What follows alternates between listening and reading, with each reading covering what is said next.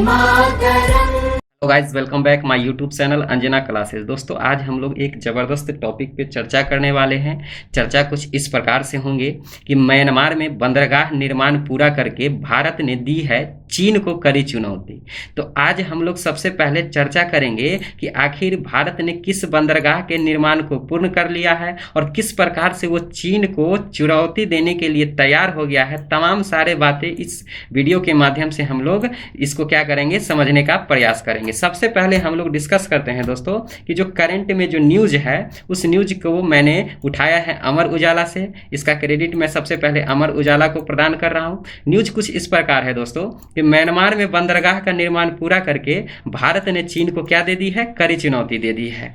सबसे पहले ये जो चर्चा हो रहा है दोस्तों, इसके लिए आपको मैं मैप का दर्शन करा रहा हूं। ये आपको पूरे एशिया का मैप दिखेंगे। एशिया में आप देखो कि आपको यहाँ पे 3 कंट्री, एक आपको चाइना को ध्यान रखना है, ये अपना देश भारत तो है ही, और तीसरा जो आपको याद रखना है जहाँ का ये चर्चा है, यहाँ जो आपको बर्मा दिख रहे हैं, जो पुराना नाम है, इसी का वर्तमान नाम क्या है, म्यांमार। तो ये चर्चा जो अभी होने वाले हैं म्यांमार का। अब थोड़ा इसको बड़ा करके आप देखो तो भारत के, आप इस पूर्व दिशा में देखोगे तो भारत के 4 जिले, भारत के 4 राज्य से सीमा साझा करने वाला जो देश है पूर्व में, वो म्यांमार है। और वो अगर आपसे क्वेश्चन पूछेगा कि 4 राज्य कौन कौन है जो म्यांमार से सीमा साझा करते हैं, तो एक अरुणाचल प्रदेश, नागालैंड, मणिपुर और मिजोरम। और यहाँ पे अगर एक पर्वत की बात करेंगे तो अरान कान योमा पर्वत से भारत और म्यांमार एक दूसरे को क्या करते हैं, बाउंड्री साझा, यानी एक दूसरे से अलग करते हैं।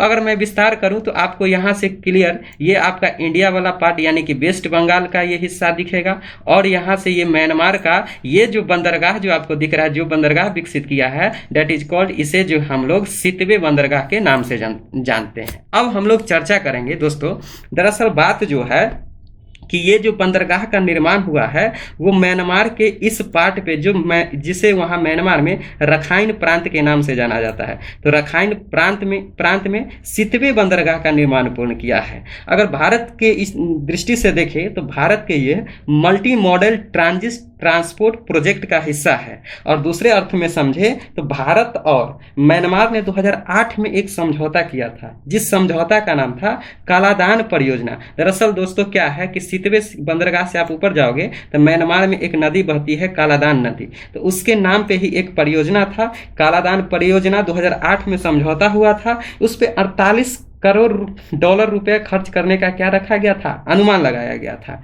इससे क्या होगा दोस्तों कि जो कोलकाता से ये जो बंदरगाह निर्माण पूरा हुआ है, तो आप यहाँ देखो कोलकाता से लेके सितवे बंदरगाह जो है ये म्यांमार के पश्चिमी तट पर ये क्या है, अवस्थित है। इससे फायदा आपको यह मिलने वाला है कि इस जगह से जहाँ पे ये बंदरगाह का निर्माण पूर्ण हुआ है, इस जगह पे जब बंदरगाह निर्माण पूर्ण हुआ है तो यहाँ के बाद जो है म्यांमार के अलग अलग हिस्सों में, यानी कि अलग अलग हिस्सों में जो है माल पहुंचाने का क्या किया, यानी जो भी सामान यहाँ पे उतरेगा भारत के द्वारा, वो जाने का क्या कर दिया है, रास्ता तैयार कर दिया गया है। अब हम लोग समझते हैं कि आखिर ये भारत को इसकी आवश्यकता क्यों पड़ी। दोस्तों सबसे पहली बात है कि अगर आप भारत का यहाँ मैप देखोगे तो भारत के मैप में आप देखोगे तो भारत के जो ये पूर्वोत्तर यानी उत्तर पूर्व में आपके जो 7 सिस्टर राज्य हैं, अरुणाचल प्रदेश, नागालैंड, मणिपुर, मिजोरम, त्रिपुरा, मेघालय और असम, इस प्रकार से देखेंगे तो भारत के मुख्य भूमि से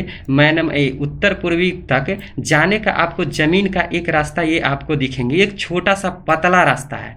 इस पतले रास्ता को जो हम लोग जो है भारत जो है इसे चिकन नेक के नाम से जानता है, यानी पतला होने के कारण इसे किस नाम से जाना जाता है, चिकन नेक। दरअसल क्या है दोस्तों कि चीन की विस्तारवादी नीति, आप लोग को मालूम है कि चीन की एक विस्तारवादी नीति है, वो हमेशा पड़ोसी जो देश से जो उसका सीमा साझा होता है उस पर हमेशा वो विस्तार के लिए अपना कंट्रोल स्थापित करना चाहता है। यही कारण है कि 1962 के बाद भारत और चाइना के बीच जो सीमा विवाद है, जिसे हम लोग LAC के नाम से जानते हैं, दरअसल वो जो चाइना है इस अरुणाचल प्रदेश को दक्षिणी तिब्बत के नाम से जानते हैं। और वो सिर्फ अरुणाचल प्रदेश ही नहीं, वो पूरे ये जो पूर्वोत्तर जो हमारा क्षेत्र है, अगर दूसरा देश भूटान की बात करें तो वो भूटान को भी वो अपना बनाने की चेष्टा में लगा रहता है, यानी उस पर ये इधर हमारे ये जो राज्य हैं इस पर वो अपना कंट्रोल स्थापित करना चाहता है। तो वो हमेशा इस स्थिति में लगा रहता है कि भारत का क्या करे, ये चिकेन यहाँ से कनेक्ट इसको तोड़ दे, यानी यहाँ से भारत की कनेक्टिविटी क्या कर दिया जाए, तोड़ दिया जाए। अगर भारत यहाँ से इसकी अपनी कनेक्टिविटी टूट जाएगी तो भारत का जो पूर्वोत्तर क्षेत्र है वहाँ से उसका कनेक्शन टूट जाएगा और यहाँ पे चाइना क्या करेगा, अपना वर्चस्व कायम करने में वो कामयाब हो जाएगा। तो भारत को ये हमेशा डर और एक समस्या बनी रहती है कि कहीं चीन के प्रभाव के आने के कारण ये चिकेन नेक का हिस्सा न खत्म हो जाए। तो इसके लिए भारत को आवश्यकता थी कि वो अपना कनेक्टिविटी अपने इस क्षेत्र से कायम रखने के लिए, और इस क्षेत्र से नहीं, इसके साथ साथ अगर आप देखेंगे तो इस क्षेत्र के साथ साथ, अब यहाँ से आप देखो, इस क्षेत्र के म्यांमार के साथ साथ अपने पूर्वोत्तर क्षेत्र के साथ साथ बाकी के दक्षिण पूर्वी एशियाई क्षेत्रों से है, इसी के साथ भी जो अपना भारत का जो है रोड के माध्यम से यानी स्थल के माध्यम से कनेक्टिविटी बना रहे। तो मेन भारत का ये मोटो रहता है कि जो अपना तो कंट्रोल उसका इस क्षेत्र पे रहे ही, इस अल्टरनेट रास्ता में, जो अगर मान के चलो भविष्य में अगर ये समाप्त हो जाता है तो एक अल्टरनेट रास्ता, तो इस अल्टरनेट रास्ते के लिए भारत जो है बगल के बांग्लादेश के एक चटगांव बंदरगाह से भी समझौता किया है। लेकिन अभी जो हम लोग चर्चा करेंगे, भारत और सितवे बंदरगाह, ये म्यांमार के सितवे बंदरगाह पे क्या कर दिया गया, समझौता, यानी एक बंदरगाह के निर्माण को पूर्ण कर दिया भारत के द्वारा। इससे फायदा क्या होने वाले हैं दोस्तों कि कोलकाता से अगर हम यहाँ सितवे बंदरगाह की बात करेंगे तो ये 539 किलोमीटर का रास्ता, यहाँ पे बंदरगाह निर्माण पूर्ण हो गया। अब यहाँ पे कोई सामान लाने के बाद भारत जो है अपने इस क्षेत्र, भारत का जो ये पूर्वोत्तर क्षेत्र है, उत्तर पूर्वी क्षेत्र, अपने क्षेत्र में वो क्या कर देगा, उसका कनेक्टिविटी बना रहेगा। और सिर्फ इस क्षेत्र में नहीं, बाकी के अगर म्यांमार के अन्य अलग जो हिस्से में भी अगर कहीं कोई माल पहुंचाना है, सामान पहुंचाना है, तो वहां भी उसकी कनेक्टिविटी बने रहेगी। और भारत का अन्य देशों के साथ भी, यानी दक्षिण पूर्वी एशियाई देशों के साथ भी उसका संबंध क्या रहेगा, कायम रहेगा। तो यही इसी उद्देश्य के लिए भारत और म्यांमार के बीच क्या किया गया था, समझौता किया गया था। इससे म्यांमार को भी फायदा यह है दोस्तों कि म्यांमार के इससे अंतर्राष्ट्रीय व्यापार में बढ़ोतरी होगी, इससे व्यापार में बढ़ोतरी होगी। इसके लिए सिर्फ अभी तैयार ही नहीं हुआ है, दरअसल पिछले मंगलवार को क्या हुआ था कि कलकत्ता से सितवे बंदरगाह के लिए एक कार्गो जहाज का भी यातायात प्रारंभ कर दिया गया था, यानी परिचालन भी इसका क्या कर दिया गया है, प्रारंभ कर दिया गया है।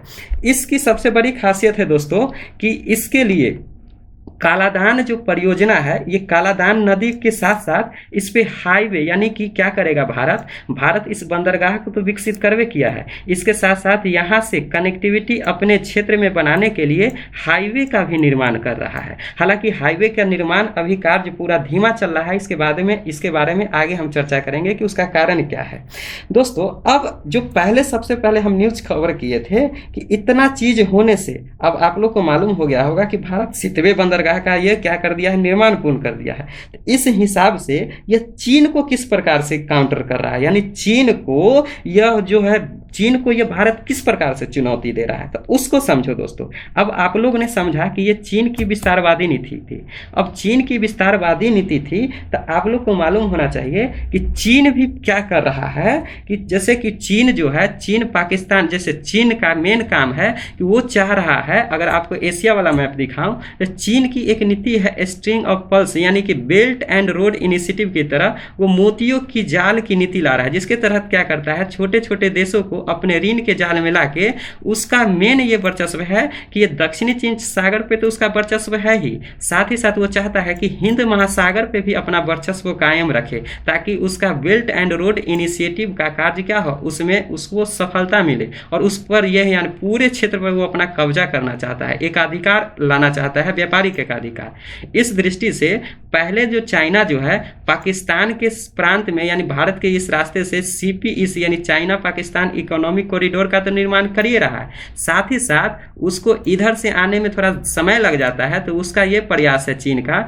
जिस प्रकार वो CPEC का निर्माण कर रहा है उस प्रकार से वो चाइना म्यांमार इकोनॉमिक कॉरिडोर का निर्माण योजना के लिए भी म्यांमार सरकार से बात किया है और उसको वो शुरुआत करने वाला है। उसका ये लक्ष्य है CPEC के तर्ज पे कि वो चाइना से म्यांमार के तरफ एक चाइना म्यांमार इकोनॉमिक कॉरिडोर क्या करेगा, स्थापना करेगा, निर्माण करेगा। और जैसे सितवे बंदरगाह को आप देखोगे तो सितवे बंदरगाह के ऊपर जस्ट आप देखोगे तो रखाइन प्रांत में ही इसके लिए उसका घोषणा भी कर चुका है। जिस बंदरगाह का नाम है वो कयोकपियू जो एक बंदरगाह है, उसको निर्माण को वो पूरा करने के लिए या निर्माण कार्य को शुरुआत करने के लिए वो योजना भी लागू कर दिया है। म्यांमार जो है क्या कर रहा है चाइना, कि म्यांमार में औद्योगिक क्षेत्र का यानी औद्योगिक इंफ्रास्ट्रक्चर का निर्माण करने वाला है। यानी कुल मिला के आप समझोगे चाइना जो है म्यांमार को भी अपनी कर्ज की नीति में ला के उसमें भी अपना कंट्रोल स्थापित करके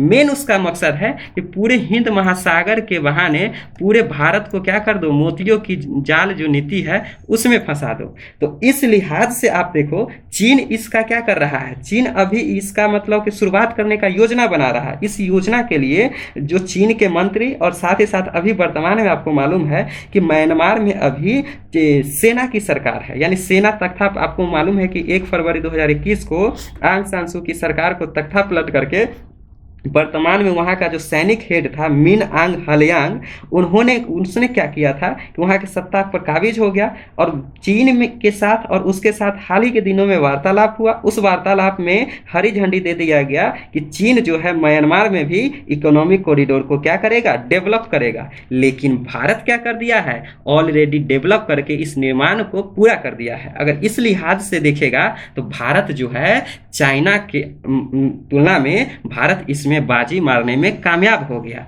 अब लेकिन इसका एक जो पहलू हम ये देखेंगे कि इसका निर्माण तो कार्य पूरा हो गया है, लेकिन अभी भी इसका जो हाईवे वाला काम है, यानी कि हाईवे का जो विस्तार करना है, वो अभी क्या पड़ा हुआ है, धीमा। और धीमा होने का सबसे बड़ा रीजन है कि आप लोग को मालूम होना चाहिए कि अभी मैंने चर्चा किया कि म्यांमार में अभी सेना की सरकार है और सेना का जो झुकाव है वो चाइना की तरफ ज़्यादा है। वही लोकतांत्रिक सरकार आंग सान सू की, उसका झुकाव इंडिया की तरफ ज़्यादा था। और अभी जो है लोकतांत्रिक सरकार न होने के कारण हमेशा वहाँ का सेना और लोकतंत्र के जो समर्थक है उसके बीच गृह युद्ध हो रही है। और इस गृह युद्ध होने के कारण जहाँ जहाँ भारत को हाईवे का निर्माण करना है उस वहाँ निर्माण कार्य अभी पूर्ण नहीं हो पा रहा है और वहाँ पे बाधा यानी दखल अंदाजी हो रही है। यही कारण है कि अभी हाईवे का काम वहाँ क्या है, रुका हुआ है। दोस्तों जितना हम अभी चर्चा किए सबको यहाँ पे लिखित जानकारी में हमने यहाँ पे दे दिया है। तो दोस्तों इस वीडियो के तहत आप लोग ने समझा कि जो सितवे बंदरगाह का निर्माण पूरा करके